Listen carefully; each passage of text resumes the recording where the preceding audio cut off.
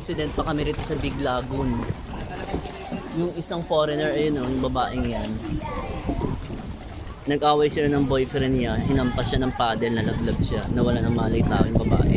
Yung pangatlo sa likod. Hindi namin alam ang nationality niya eh. Pero hindi rin makita pa yung mga companion niya na barko kung ano bangka. Kung anong bangka. Ba, ang lakas ng paddle ah. Walang natural na gano'n.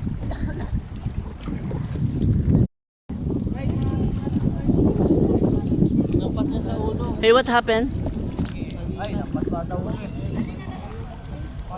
Gis niya, gis nyo? Hindi dito sa amin.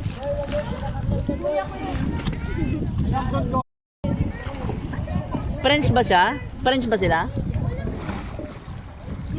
Tanong mo ano nationality niya?